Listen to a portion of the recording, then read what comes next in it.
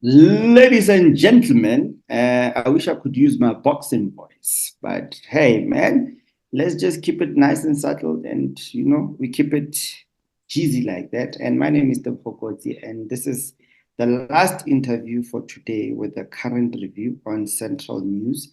Central News is our online publication that publicizes current news wherever you want it, from lifestyle to current to fiscal to sporting. And I'm telling you, it's based in the Free State. It covers the whole entire Free State. And we go as far as Northwest, Northern Cape, Gauteng, and up until KZN. So, ladies and gentlemen, just make sure you subscribe to Central News to stay tuned and you kept updated with minute-to-minute update. Even if you just go on Google and you Google Central News, it will pop up. Just go to our social media pages and like them. And the show is called Current Review, whereby we review current issues. And today we've been talking the State of the Province address in the Free State, where Premier Mxolisi Dukwana was delivering last week. And he made promises, as politicians and priests. I don't know how I can say, if I can put them in one cloak where they can stand in front of a congregation of people and put up a hand and say, I solemnly promise you that I will deliver so many 1, 2, 3, 4, 5s. And at the end of the year, we review what's been delivered and what hasn't been delivered. And we've been talking to different political parties and getting their views in terms of how the state of the province was delivered and the promises that were made and what key pointers that they picked out that were highlighted and not highlighted, what is good for them and what is not good for them also. And we are currently going to be talking to Miss, and I'm correct if I'm saying it's Miss Mbali Mnaba. She's the young leader from the Democratic Alliance, which is known as the DA. And she was laughing earlier when I said, oh, this is the first time I speak to somebody young. I didn't know that the DA has a young league or youngsters in them, but she's currently based in the Moqhaka region in the Kronstadt here in the Free State. So Miss Mbali, and I take it you're single if I say Miss Mbali, or is it Mrs.? It's Miss. It's still Miss. Ladies and gentlemen, you see, potential is still open for the rest of you South Africans. So start listening and pay attention, and yeah, you'll never know. So, Miss Mbali, welcome to the current reviews on Central News. And like I say, I'm just gonna give it to you. The Premier made promises. The Premier made promises to the Free State community to say this is what the government will be doing. And he mentioned past things that have been done, and of which the most crucial thing that I've picked up, this is me who I've picked up, that is not really highlighted. It's the lack of opportunities for young people. But I want you just to give me an overall picture of what the DA thinks and how are you guys taking the current state of the province address, which was delivered by the Honorable Premier Mxolisi Dukwana. Mm-hmm. Good afternoon, Tebogo, to you and your listeners. Thank you so much for having me once again. Tebogo, to be quite frank with you, at this moment in time, I'm echoing the sentiments of probably a lot of citizens in the Free State province that the ANC government has a tendency of overcommitting, but somehow end up under-delivering. And the current state of the province address delivered by the Premier was no different. If you actually paid attention and noticed in the beginning of his speech, and actually throughout segments of his speech, the Premier made mention to shortcomings that are present under his leadership. And if you'll allow me, I'd like to actually delve deeper into that because you've touched on very important elements such as job opportunities. So when it comes to unemployment, Tebogo, he mentioned job opportunities that have been created through Expanded Public Works Program, and also through the Presidential Employment Stimulus. However, and regardless of the fact that these opportunities were created, it is very difficult to see them manifest in reality, because the unemployment rate is still staggeringly high at 37%. And so the question is, are there really jobs that are being implemented at the grassroots level? Secondly, what I've also noticed is that when he speaks of provision of services, we do not discount the fact that there have been strides made to deliver basic services. But the burning question here is whether these services are being provided in an adequate manner, in an efficient and effective manner. And the answer to that is an absolute no. And a case in point would be the current water crisis that is plaguing the province at the moment. In his address, the Premier mentioned that 94% of households across the province have access to tap water. But what he fails to mention is that not all of these households have consistent access to water. And when they do have access to water, the water is not usually clean or fresh. And so he makes, again, something that you pointed out, empty promises. He mentioned a lot of water projects, and most of these water projects do not have a timeline. And so there's a sense of a lack of urgency when it comes to issues such as water, particularly throughout this address. But also in relation to subsequent to that is that water is not only a basic human right as enshrined in the Constitution of South Africa, but water is also it's a huge contributor to the economic growth of the province, right? And industries such as the agricultural sector and mines are dependent on water to thrive. And so, and these are industries that are job creation sectors. And so you ask yourself, if such services are not prioritized, what is being done? Why is there no sense of urgency? And that's what I picked up, Tebogo. Interesting. And then there's a number of issues that have been raised, especially in the Free State, whereby the economy. No, let me rephrase it and put it this way. Before the state of the province, the Free State government held an investment summit that took place at the University of the Free State. And this is just 2 days before. And in this, they were actually reassuring to saying they want to attract investment, or they have attracted investment into the province. But when you sit and you look currently and you analyze, you ask yourself questions to say, we are having these type of seminars and we're saying we want to invest, we want to attract investors into our province. But you tend to ask yourself, is there confidence in investor attitude? Or is there confidence that we are actually encouraging for investors to come into the province and invest? And how would you, as the Democratic Alliance, especially the young ones, react to such a situation whereby they say they want to attract investment, but their current economic status is not favorable for such investment, given the fact that our roads are bad? There's no water, there's crisis with electricity, there's crisis with unemployment rate, there's crisis with mental issues due to unemployment and social economic impact. If we were to unbundle it, it's quite huge. But how would you guys react to such a function of them saying they're attracting investment? Right. That is such an important element to touch on. I want us to dissect what the Premier mentioned in his address.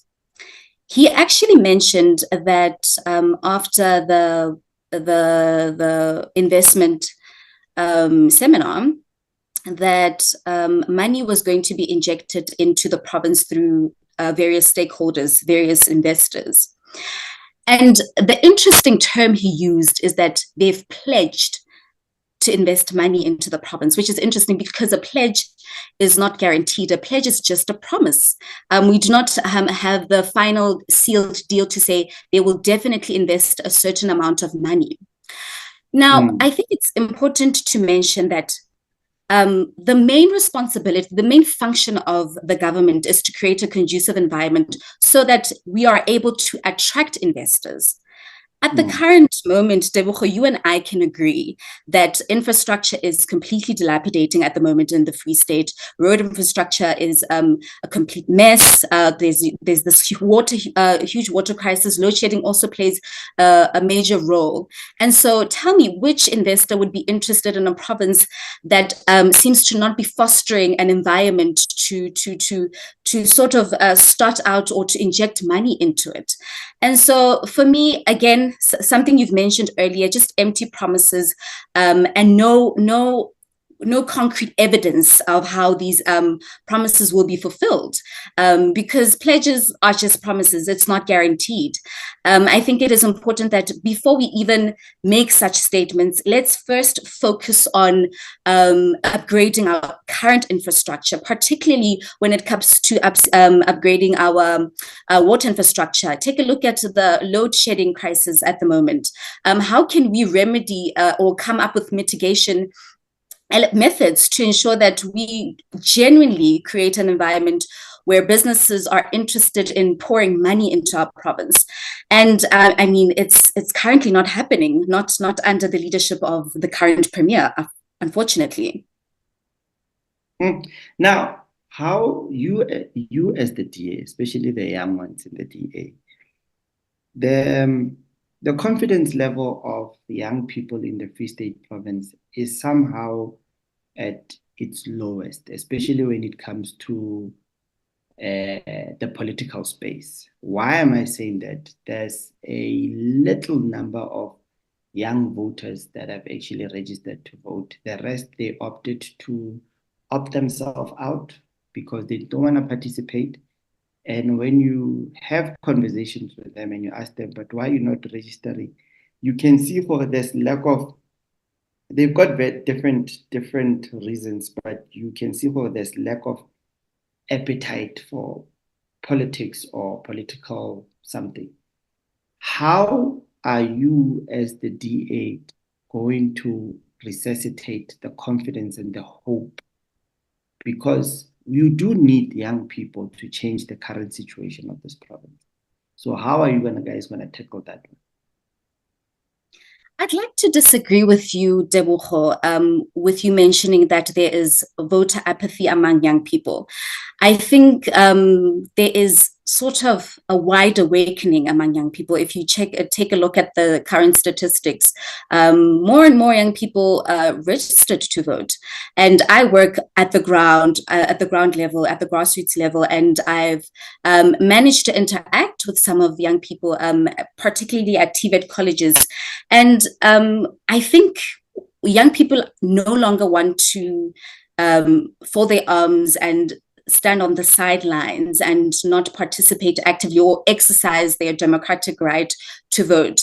I think they now see that we're no longer future leaders, but rather current leaders. And if we do not take hold of our future now, we might regret it later. You know, the high unemployment rate, the issues with funding to get into higher institutions of learning have prompted and sort of ignited young people to actually stand up and vote for a party that they feel will best serve their interests. And so I really disagree when you say that there is voter apathy. I think perhaps what's happening right now is that they do not want to fold their arms and not participate, but they're actually going to vote. One thing I want to mention when it comes to the DA is that we emphasize opportunity for all, regardless of your background. I mean, I'm obviously an example of that, your race, your gender does not matter. What matters is that we are willing and able to upskill young people, you know, to sustain or to have a better life for themselves. And so I think we should do away with the idea that young people are not interested, but young people are interested. Is there a level of skepticism? Of course there is. There always will be. But they are interested. They're ready to vote. And I think the DA has sort of highlighted numerous times why it is important to vote correctly, vote for a party that has a track record of actually creating jobs. I mean, if you look at the Western Cape province, the unemployment rate is at 23%. It is the lowest in the country. And that should actually give you an idea of what a province looks like when it's governed by the DA rather, and what kind of opportunities one can find through the DA. And so I think voter apathy is a thing of the past, to be honest. But okay, I hear what you say, but now here's a situation whereby you are saying that there is an appetite for young people to participate. But when you also engage with young people on the ground, they will actually raise issues like, when you look at, let me not go far, the two political parties, the ANC, which is currently in power, and the DA, who's the official opposition and currently in power in the Western Cape. You look at the two parties and you try to seek opportunities for young people. And when you look into that hierarchy, into your organogram, you don't see young people. There's a huge gap because you've got the likes of Mbali that are speaking on behalf of a political party.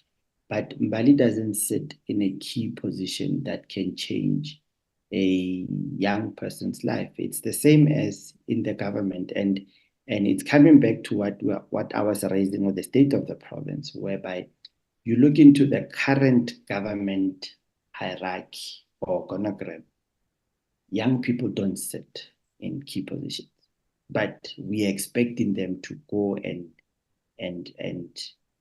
vote to make change. And when there's riots or protests and people are marching for change and all that, you always see young people in front. But when we sit around the table, young people are not involved.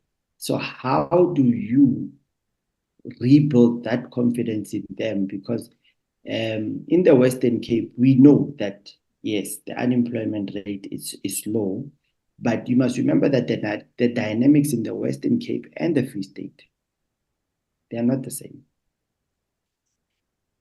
I agree. Listen, every province is context specific with different dynamics, like you've mentioned. But I want to touch on something you alluded to earlier on the lack of young people in, I guess, higher structures. We have the youngest member of parliament, actually, Moqhaka, and she has been driving critical issues in relation to students, particularly with NSFAS funding. And so I think what happens is that there's not much focus on what the DA is doing. We're always criticized of opening cases, and we're always criticized for things that we're actually doing, for doing our job. But she has been fighting the NSFAS funding situation from the recent months. She even opened a case against Ublade Nzimande, the minister, for the alleged corruption scandal around him, where it has been alluded to the fact that money was squandered that was actually meant for NSFAS funding. And so, yes, listen, there is a lot of groundwork that needs to be done to sort of instill confidence in young people. But I think the DA is doing a great job in creating the idea that it is possible for young people to get into parliament when they are capacitated properly, when they have the skills to the merit to actually occupy those high decision-making bodies. I just also want to allude to something else. The Democratic Alliance has a young leaders program, which is open to anyone in South Africa, where they actually upskill young people, both in the political aspect, in the entrepreneurial aspect, in different aspects. So if you are interested in upskilling yourself politically, you apply through that process and you are capacitated, then you're able to occupy these high positions in government. And so I think we shouldn't always look at opportunity from occupying seats just for the sake of occupying seats. We need capacitated young people who have the ability to contribute to decision making in the government structures. And I think it's also important that we highlight that. And then also there's a quite serious issue that I don't know if it's been dealt with silently, but it's when it comes to agricultural programs and food securities, especially in the Free State. The Premier touched on it. I don't know if you have an opinion in terms of their plans. Right. Yes, he made mention of it in passing throughout his address. But I think there's more work to be done in terms of support from government to actually contribute towards the agricultural sector. You and I both know that the agricultural sector is sort of like the gem of this Free State province, and so much has to be done in upskilling people who are in that particular industry. And so again, it's promises. The Premier makes promises, and whether or not those promises will be fulfilled, only time can tell. Mbali, also please check your camera. You off camera, and there are some young, handsome men that wants to see that beautiful face of yours. If you can. Oh my goodness, Tebogo. So, am I back on? Tebogo, someone is not allowing me to go on. No. The producer will check, but while we can continue the conversation while they sort that out. Your provincial leader, Mr. Dr. Roy, he criticized the hosting of the SOPA and suggested that the Premier actually must wait, I'm trying to check what he was saying here. He was criticized. He criticized the SOPA in terms of the cost of hosting the SOPA, given the fact that the Free State has got challenges fiscally. So they always say they've got challenges fiscally. Oh, you are back on, by the way. I'm back. Yeah. So in this regard, what's your take about the SOPA itself? Because, SONAs and SOPAs are always seen as a fashion, as the military, I'm not going to say Devon July, but provincial July and national July, whereby you guys dress up and you attend, and we see people trying to get invites. Some of us, you never get invited, but it's okay. We don't mind. So, what's your take about that criticism from your provincial leader? Right. Premier Mxolisi Dukwana, towards the end of his address, mentioned that there's a financial recovery plan to be laid out across the province. And subsequent to that, he also mentioned that there's a need for financial literacy to be through workshops, to be information to be disseminated on how to actually use money. He actually went on a very long rant about how it is important to use money effectively.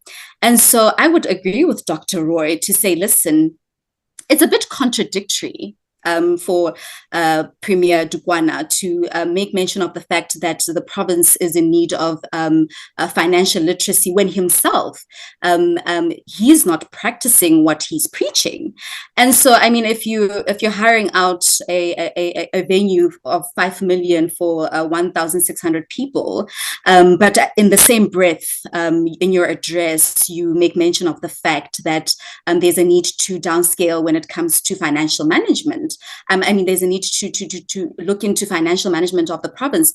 Obviously, that is extremely alarming, and it makes me question sort of the integrity of Premier Dukwana's words in that regard. And so I do agree with Dr. Roy's criticism in regards to financial spending, just overspending unnecessarily. I mean, the SOPA was just only a few hours, Tebogo. You obviously know that as well. And to spend that amount of money. And that was not the only amount of money that was spent. Money was spent on VIP, security, and many other aspects, logistics going into the state of the province address.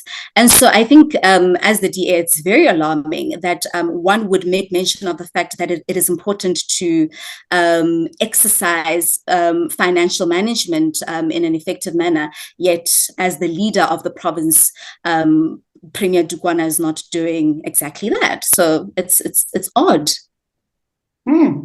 Interesting. And then, I'm gonna throw, let's bring it back closer now. I'm gonna bring it closer to home, Moqhaka municipality, your municipality. We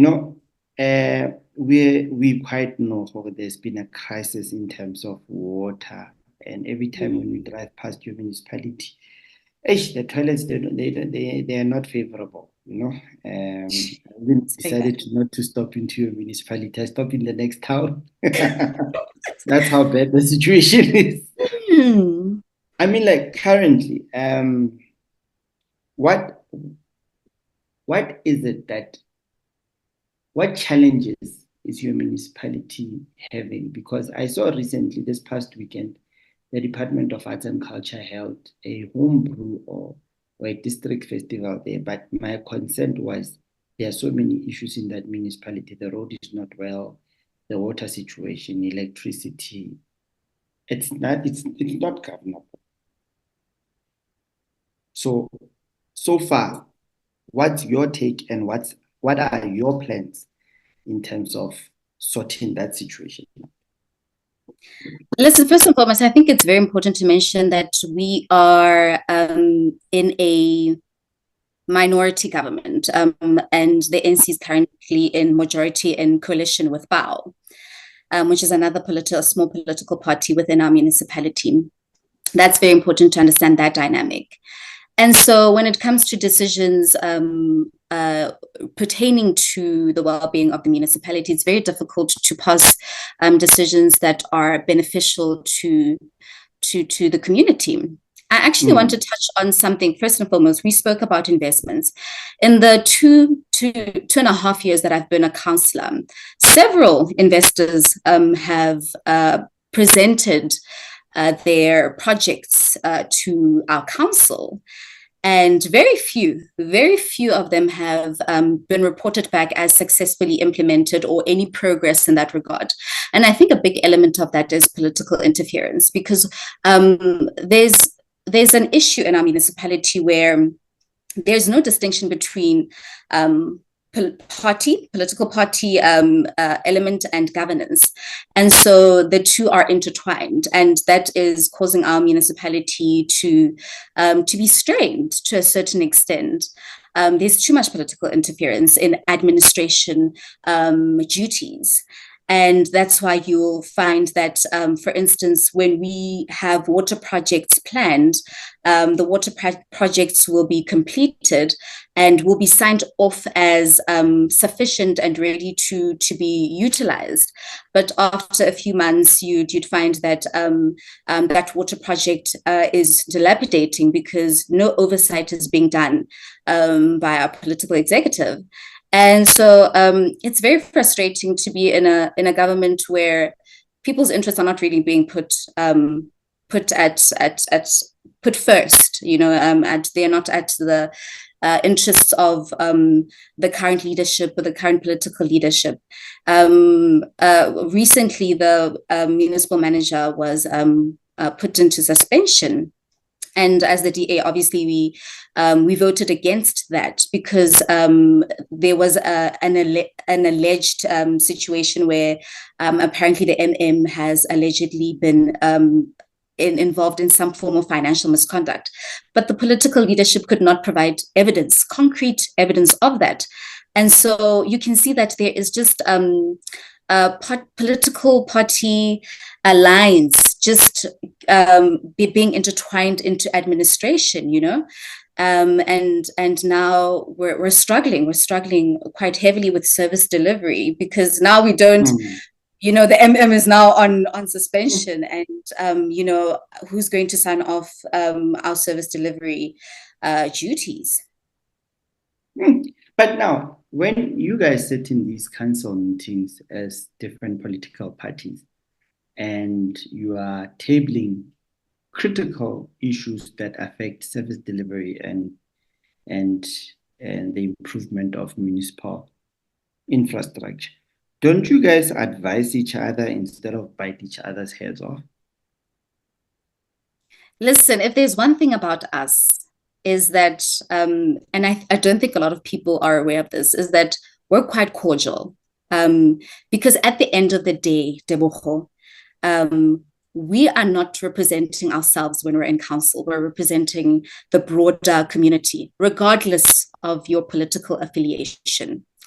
And so countless times we've tried to meet the majority government, which is the ANC, halfway to say, listen, let's put political affiliation aside and actually try to work towards ensuring that the community, gets access to adequate service delivery.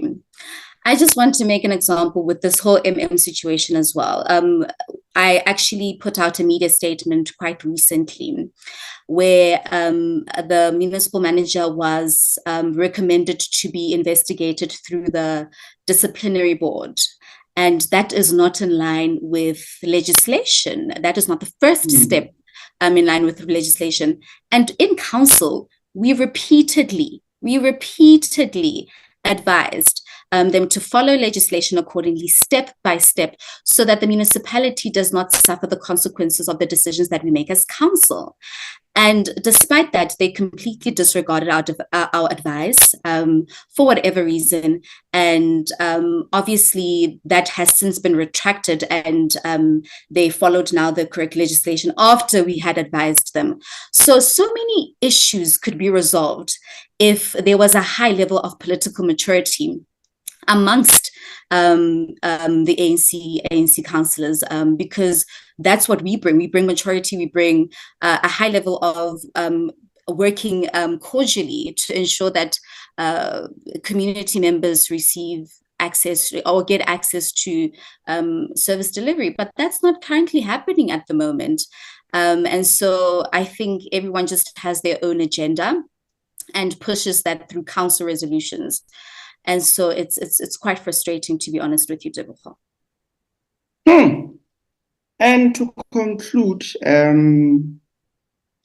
you touched on very critical issues that needs very critical. They need to be dissected and researched and all that, because currently the municipalities in the Free State are actually on a deathbed, no longer in ICU. And I believe that politically issues are being ignored and community issues are being ignored. And unfortunately, when the elephant is happy and it's eating the marulas up there, the grass still dies because of the weight. And it's something that we need to actually start paying attention to, due to the fact that we are going to elections, and this is a crucial time due to the fact that promises are made again. And if you can check amongst community members, every time when you speak about the election, there's always giving you that issue. Here they come again with food parcels and T-shirts and so on. But the most important issues are not being highlighted, like the state of our roads, the water issues, the electrical issues. And when you ask questions, you don't get answers. But we see that different political parties, the DA is standing out and saying, this is what we can do better. This is our track record and in other provinces. But like I say, there's still those challenges that needs to be done. So, but I'm going to ask you this simple question, just in closure. Just Give me, it can be 1 to 5 words, how you see the Free State. Do you think the Free State can be saved in just 5 words? 1 to 5 words. Listen, Tebogo, to be quite honest, the Free State can definitely be restored and rescued only through the DA. And I'm not saying that to be biased. I'm saying that to be frank with you. And to just touch base with reality. Not only are let me put it this way. We're the only opposition party in the country right now that has a track record of governing a province and governing it well. We have policies that we have implemented in this particular province, which is the Western Cape, that have proven to be effective, that have proven to contribute and foster to economic growth.